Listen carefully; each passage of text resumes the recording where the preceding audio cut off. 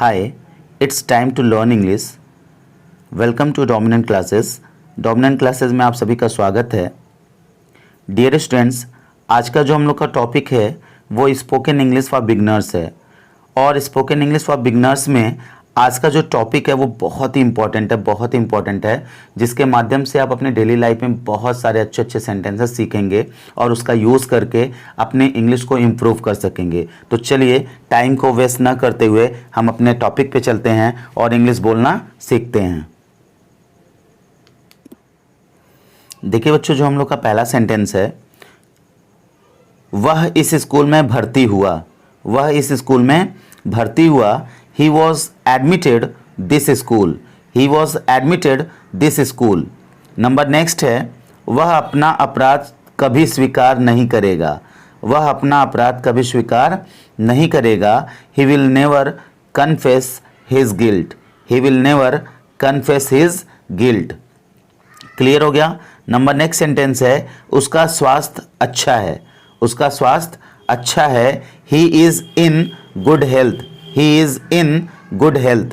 उसका स्वास्थ्य खराब है। He is in ill health. He is in ill health. बच्चों, अगर हमें अच्छा स्वास्थ्य बताना होगा तो गुड हेल्थ का यूज़ करेंगे, और बुरा या खराब स्वास्थ्य बताना होगा तो हम इल हेल्थ का यूज़ करेंगे। आई थिंक आपको समझ में आ गया होगा। आप चाहो तो इसका स्क्रीनशॉट ले लो, और सबसे बड़ी बात, आप मेरे साथ में सेंटेंस को, ठीक है, रिपीट जरूर कीजिए, ठीक है, क्योंकि जब आप बोलेंगे तो आपको आएगा। यानी स्पीकिंग कम्स बाय स्पीकिंग। मैं अपने हर वीडियो में बताता हूँ कि भाई बोलना बोलने से आता है। अगर आप बोलेंगे नहीं तो फिर आपको कभी बोलना नहीं आएगा, आप सेंटेंस केवल देखते रहेंगे। तो इसीलिए स्पीकिंग कम्स बाय स्पीकिंग, बोलना बोलने से आता है। तो आप मेरे साथ में दोहराते रहिए, बोलते रहिए। देखिए नंबर नेक्स्ट सेंटेंस है, काश मैं बच्चा होता। अक्सर लोग ऐसे सेंटेंस का यूज कर देते हैं, ठीक है। तो मान लीजिए यहाँ पे बोला जा रहा है, आप ही बोल रहे हैं कि काश मैं बच्चा होता। वुड डैट, यहाँ पे काश का जो सेंस है ना वो वुड डैट से आ रहा है। Would that I were a child. Would that I were a child. जब हम इमेजिनेबल किसी सेंटेंस का यूज करते हैं तो आई के साथ में किसका यूज करते हैं? वर का यूज करते हैं। क्लियर हो गया। Would that I were a child, काश मैं एक बच्चा होता। और यहाँ पे आप इसी से बहुत सारे सेंटेंस बना सकते हैं, जैसे काश मैं एक राजा होता, ठीक है। तो आप यहाँ पे क्या करते हैं? Would that I were a king. Would that I were a king. यहाँ पे चाइल्ड को क्या करते हैं? हटा देते हैं, यहाँ पे किंग लगा देते हैं, तो आपका सेंटेंस बन जाता। क्लियर हो गया। यानी कि कोई भी सेंटेंस आप इस पे बना सकते हैं। जैसे एक एग्जांपल और मैं देता हूं, काश मैं प्रधानमंत्री होता। तो इसका सेंटेंस हम कैसे बनाते हैं? Would that I were a prime minister. Would that I were a prime minister. Clear हो गया बच्चों। आई थिंक आपको अब समझ में आ गया होगा अच्छे से। यानी एक सेंटेंस के माध्यम से आप कई सेंटेंस को बना सकते हैं और बोल सकते हैं। क्लियर हो गया। नंबर नेक्स्ट सेंटेंस है, मैं अच्छे समाचार की आशा करता हूं। मैं अच्छे समाचार की आशा करता हूं। I expect good news. I expect good news. अगर आपको यह बताना हो कि मैं बुरे खबर यानी खराब समाचार की आशा करता हूं, तो यहां पे आप बोल सकते हैं और लिख सकते हैं, I expect bad news. I expect bad news. Clear हो रहा है। यानी एक सेंटेंस से एक और सेंटेंस बन जाएगा। ओके। नंबर नेक्स्ट सेंटेंस है, इस कमरे से शीघ्र चले जाओ। इस कमरे से शीघ्र चले जाओ। Leave the room at once. Leave the room at once. Clear हो गया। अच्छा, उसके बाद से अगला सेंटेंस है, आपने मुझे इंतजार कराया। आपने मुझे इंतजार कराया। You kept me waiting. You kept me waiting. तो प्यारे बच्चों, अगर वीडियो आपको अच्छा लग रहा हो, समझ में आ रहा हो, तो प्लीज मेरे वीडियो को लाइक कर दीजिएगा और सब्सक्राइब कर दीजिएगा। चलिए नंबर नेक्स्ट सेंटेंस देखते हैं। अगला सेंटेंस है, पढ़ाई पर ध्यान दो। आपके लिए एक एडवाइस है, ठीक है, कि पढ़ाई पर ध्यान दो। अगर हमें बोलना होगा किसी से तो हम कैसे बोलेंगे? Pay attention to study. Pay attention to study. Clear हो रहा है। नंबर नेक्स्ट सेंटेंस है, क्षति की पूर्ति करो। क्षति का सेंस यहाँ पे नुकसान से है, ठीक है। क्षति की पूर्ति करो, तो इसको इंग्लिश में बोलेंगे पे कंपेंसेशन फॉर द लॉस। पे compensation for the loss. Clear हो गया।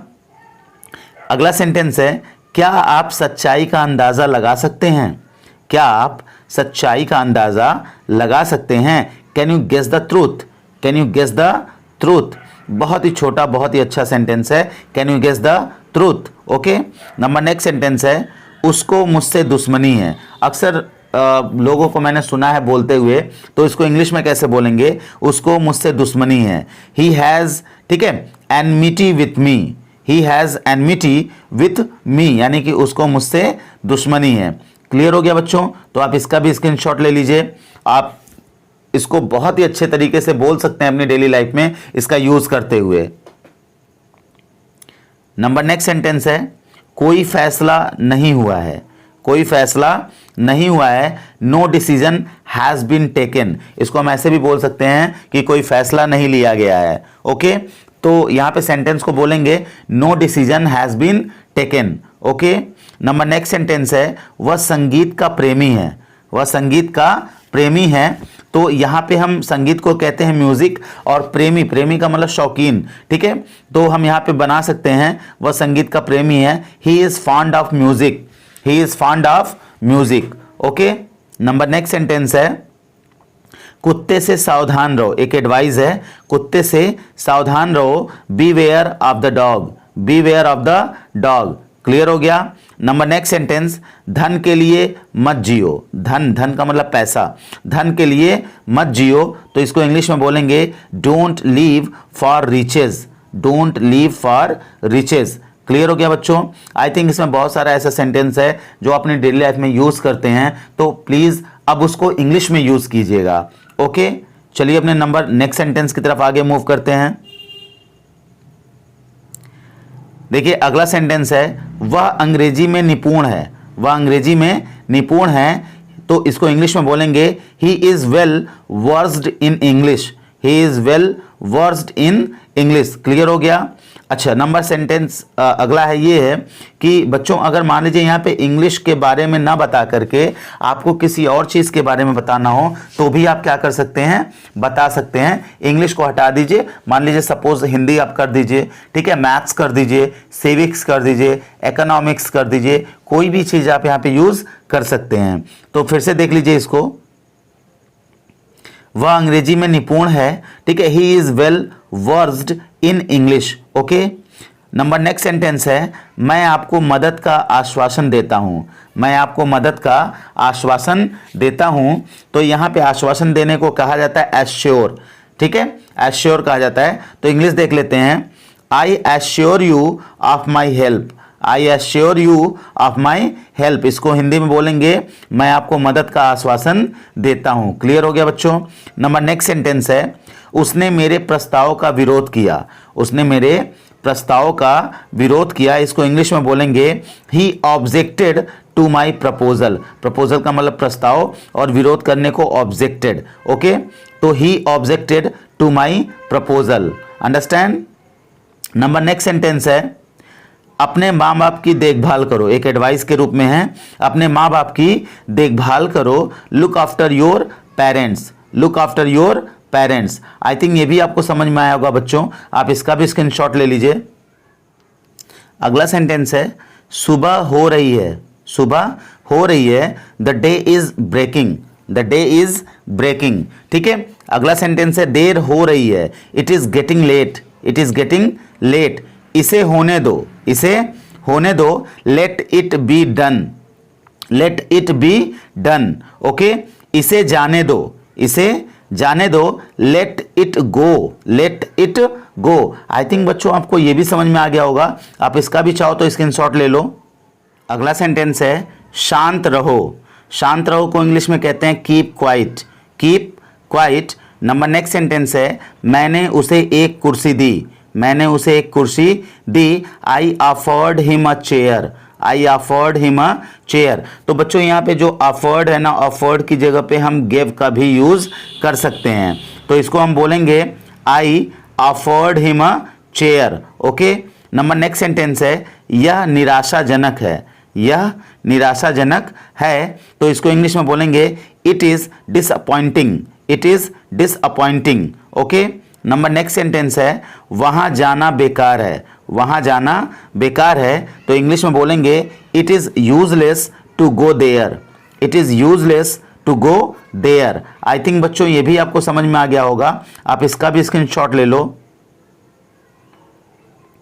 नंबर नेक्स्ट सेंटेंस है, शोरगुल ने मुझे जगाए रखा। शोरगुल ने मुझे जगाए रखा, तो इसको इंग्लिश में बोलेंगे the noise kept me awake. The noise kept me awake. Clear हो गया। नंबर नेक्स्ट सेंटेंस है, जैसे को तैसा करो। जैसे को तैसा करो, give tit for tat. Give tit for tat. Okay. Number next sentence है, अब इसका प्रयोग नहीं होता। अब इसका प्रयोग नहीं होता। मान लीजिए कोई सामान है और उसको दिखा करके हमें कहना है कि अब भाई इसका प्रयोग नहीं होता है, तो इसको इंग्लिश में बोलेंगे it is no longer in use. It is no longer in use. Okay. Number next sentence है, थोड़ी देर और रुको।